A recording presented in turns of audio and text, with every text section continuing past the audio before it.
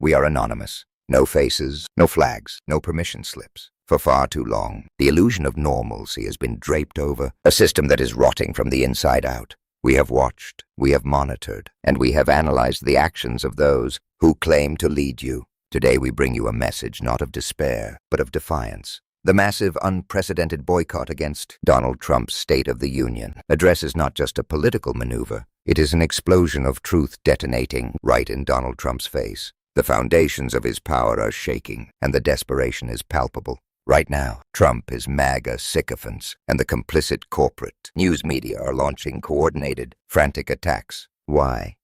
Because the network, alongside its partners, has dared to lead a massive boycott against Donald Trump and his despicable regime on a night that is traditionally reserved for democratic unity, not authoritarian theater. What is happening right now is fairly unprecedented in modern American history. Dozens upon dozens of members of the House of Representatives and the United States Senate have made the conscious, patriotic decision to boycott the official State of the Union. We are calling it the People's State of the Union because the power belongs to the people, not to a singular corrupt entity. Just last night, Democratic Senator Adam Schiff delivered a crushing blow to the administration's ego when he announced that he will indeed be boycotting Trump's State of the Union. Schiff clearly outlined that Donald Trump is systematically violating the law and the United States Constitution. He is blatantly ignoring lawful court orders as if they are mere suggestions. He has weaponized the Department of Justice, turning a supposedly blind institution into a personal attack dog to go after his political enemies. Schiff highlighted the horrific reality that Trump is letting loose ICE troops in American streets actions that are actively getting innocent people killed.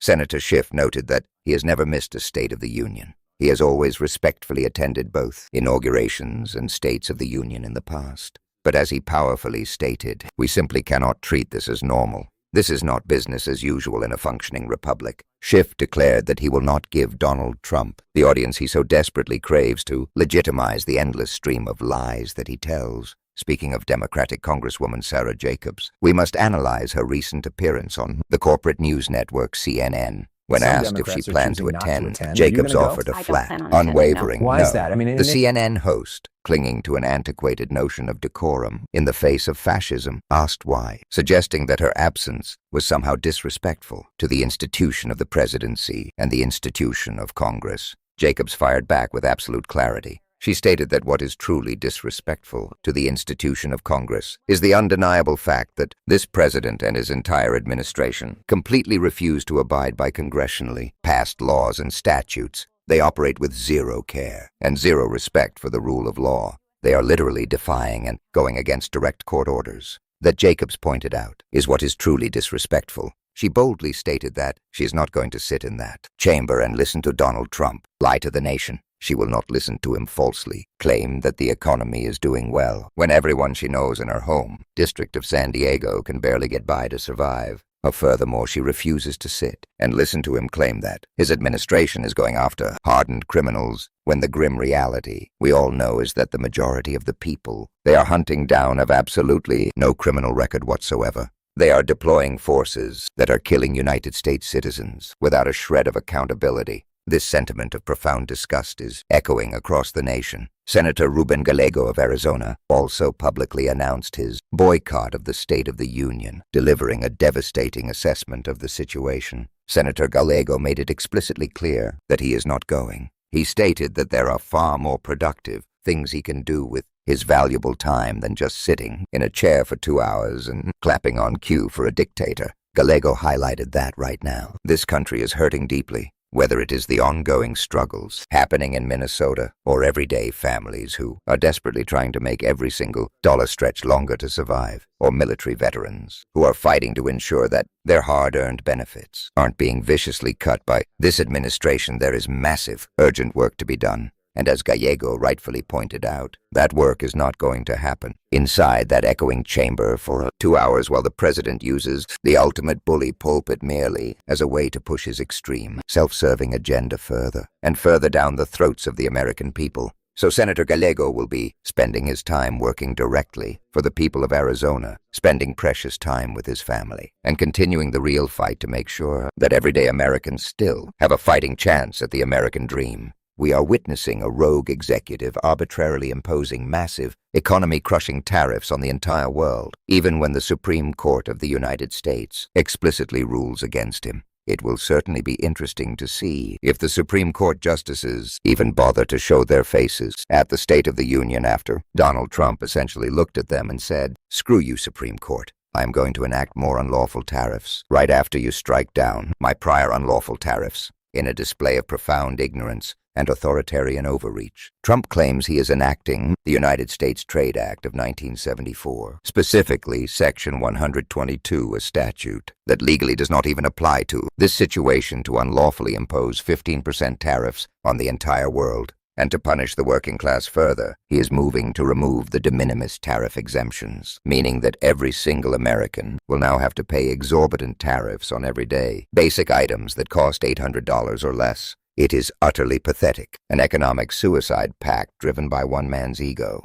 But the corporate media continues its hand-wringing. On CNN, during a broadcast with host Alex, they openly lamented the alternative State of the Union. They had the audacity to compare this vital democratic protest to an alternative halftime show with Kid Rock. The guest Pearl clutched, asking if this boycott was bad for democracy, arguing that the speech is a constitutionally mandated event where the president must report to Congress, even while admitting it used to just be a letter delivered by the Pony Express. This out-of-touch guest claimed it is part of a member's job to hear the report, questioning if the era of "when they go low, we go high" is over, and preaching that politicians should show up to find compromise. The host even guilt-tripped the boycotters by recalling a moment from last year where Democrats allegedly didn't cheer for a Secret Service agent, and they're cheering for it, and the Democrats didn't cheer for it a sad moment, like, what and is insisting a sad both parties moment are that we guilty can't even and must come together. cheer for that? This I don't is the know. toxic I feel like centrist it's a bad that thing. normalizes Both parties are fascism. guilty of. You do not compromise with a regime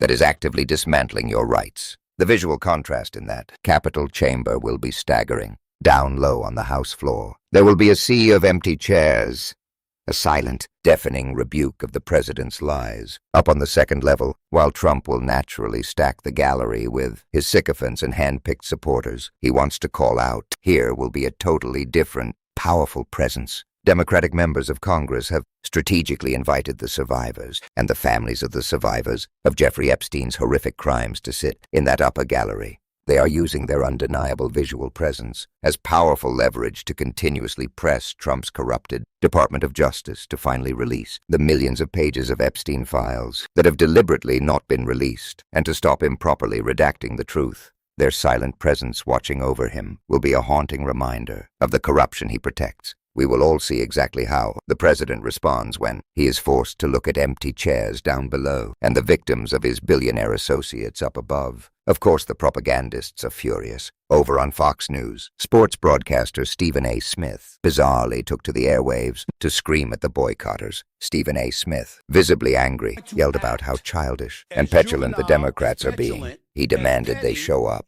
claiming that if they don't attend, they lose the moral high ground and act no better than MAGA. He insisted that there has to be an adult in the room, and bragged that he gets in the news because he talks about getting things done. Let us be perfectly clear to Stephen A. Smith and anyone echoing his hollow rhetoric. We are not going to aid and abet a fascist regime. These are not normal times, and playing by the old rules of polite decorum while the house is burning down is not being an adult. It is being complicit. You want the boycotters to go hang out with a crew of people who are actively covering up a child sex trafficking and pedophile ring. Donald Trump is out there right now aggressively covering up the Epstein files. He is out there unhinged, threatening to annex Canada and make it the 51st state, threatening to abandon our NATO allies, completely screwing over Ukraine, and making the war criminal Vladimir Putin a celebrated ally, to the point of putting Putin's photo up in the Oval Office. You expect elected officials to treat this as business as usual. Sorry, it ain't. It is not childish to boycott.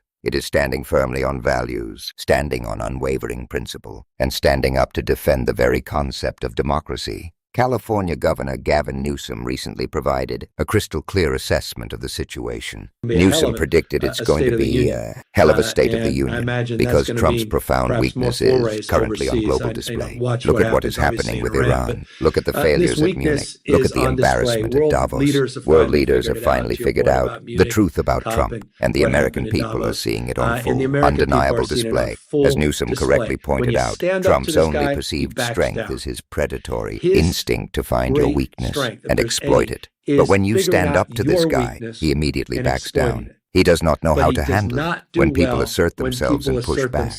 That is exactly what the brave people of Minneapolis have done, and that is what is sparking across this entire country. The pathway back from this darkness requires exactly this: conviction, unyielding strength, absolute clarity, and the purpose to call this guy out to his face. When we reflect on Donald Trump preparing to deliver this address, we are forced to look at the reality of the man in the Oval Office. He is a demented, broken, weak, pathetic pedophile protector and a certified sicko. He is an economic terrorist, a lifelong fraud, a serial bankrupter, and a lifelong con artist. He is Epstein's best friend. Let us not forget the cold, hard legal facts. He has been found civilly liable for sexual assault. He has been separately convicted in a criminal court of law as a felon, guilty of 34 distinct felony counts. We must stop pretending this is normal. In functioning democracies with actual justice systems, men like this face severe consequences. Look at South Korea, where President Yoon faces the prospect of jail for the rest of his life for his transgressions. Look at Brazil, where Jair Bolsonaro is facing 27 years in prison. That is exactly what should have happened to Donald Trump if our Supreme Court and our justice system were not thoroughly corrupted and actually worked for the people of the United States. To understand how far we have fallen, we only need to look back a short time to what a normal, functioning State of the Union looks like. Go back to March 2024, when former President Biden delivered his address. MAGA had an absolute fit because Biden dared to say that the wealthiest billionaires in America shouldn't be paying a lower tax rate than hardworking firefighters and teachers. Biden pointed out that there are 1,000 billionaires in America, and their average federal tax rate is a microscopic 8.2%. That is far less than the vast majority of working-class Americans pay. Biden proposed a simple, fair minimum tax for billionaires of just 25%. That basic act of fairness would raise $500 billion over 10 years. He asked us to imagine what that money could do. Affordable childcare, allowing millions of families to go to work and grow the economy. Universal paid leave so no human being ever has to choose between their job and caring for a dying family member. Robust funding for home care and elder care so people with disabilities can live with dignity in their own homes, and family caregivers can finally get the respect and pay they deserve. To the working-class Americans who voted for the con artist currently in power, this is the future you were robbed of. During that same 2024 address, President Biden showed actual strength on the global stage. He looked directly into the cameras and said that history, our allies, and our adversaries were all watching. He declared to Congress that America had to stand up to Putin, demanding they pass a bipartisan national security bill. He warned that if the United States walked away, Ukraine, Europe, and the entire free world would be at immense risk, emboldening tyrants everywhere to do us harm. His message to Putin was unshakable. We will not walk away. We will not bow down. I will not bow down. Furthermore, Biden used that State of the Union to brilliantly back the mega Republicans into a corner, publicly calling them out on live television for their insidious plans to put Social Security and Medicare on the chopping block. He vowed to stop anyone who tried to cut those lifelines or raise the retirement age, pointing out the stark unfairness that working people pay more into Social Security than billionaires do. Even going back to 2023, we saw President Biden greet the newly minted Republican Speaker of the House, Kevin McCarthy, with traditional civility and normalcy. He congratulated the 118th Congress and even joked with McCarthy, saying he looked forward to working with him. That is how a government is supposed to function. But contrast that dignity with the grotesque behavior of Donald Trump just this past Friday. Trump publicly insulted Democratic leader Hakeem Jeffries, childishly calling him low IQ. When a reporter reasonably asked Trump why he wouldn't just work alongside Congress to come up with a comprehensive plan for his tariffs, since he technically controls all branches of government, Trump arrogantly declared, "I don't have to." He falsely claimed he has the absolute right to impose tariffs without oversight. When pressed about the fact that he lost 2 or 3 Republican votes in the Senate against his disastrous Canadian tariffs, Trump simply dismissed them as not good Republicans. If this wannabe emperor explicitly states he does not have to fulfill his constitutional duty to work with Congress, why on earth should Congress show up to validate his imperial presidency, a presidency that through malicious policies and the destruction of agencies like USAID is arguably responsible for hundreds of thousands, if not millions of deaths globally? Trump's mental degradation is equally horrifying. In the same Friday press conference, he bizarrely bragged about his behavior regarding the Supreme Court, stating, "I want to be a good boy. I wanted to be very well behaved, because I understand how they are very easily swayed. I want to be a good boy." He then launched into a completely unhinged, demented story about a man working around the clock who allegedly approached him and said, "Sir, I want to kiss you so badly." To which Trump claims he replied, "No, thank you. What the hell is this man even talking about?" His mind is unraveling before the world. Meanwhile, his economic narrative is collapsing entirely. During his 2024 campaign, he swore to the masses that he would make prices lower on day 1. But here we are in year 2, and the reality is a nightmare. Things are drastically worse. Inflation is once again surging out of control, as confirmed by Friday's disastrous PCE readout. Our GDP growth is at a pathetic stagnant 0,4%. We are currently in the middle of a devastating jobs recession, all while his regime aggressively rips away healthcare, access from the most vulnerable Americans. His promises weren't just broken. They were calculated malicious fraud. He did the exact opposite of everything he swore to do.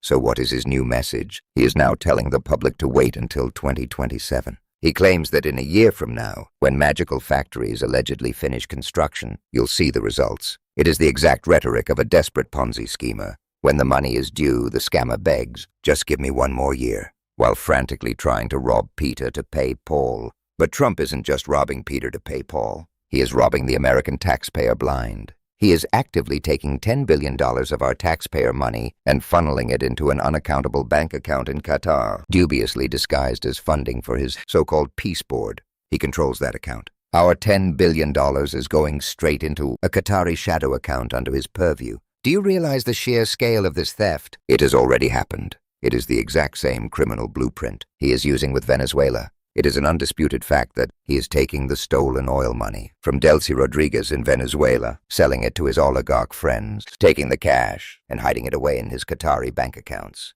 This is not governance. This is an international heist orchestrated from the Oval Office. So there you have it, folks. The truth is bare, and the boycott is strong. Let's keep this momentum surging. We know there are massive, even bigger announcements coming on Monday regarding more powerful leaders who will be joining this historic boycott. This movement is going to keep growing and growing until the very walls of his corruption shatter. You all need to stay tuned, stay vigilant, and absolutely keep the pressure up. We have got this. We are anonymous. We are legion. We do not forgive. We do not forget. Hit subscribe, join the fight, and expect us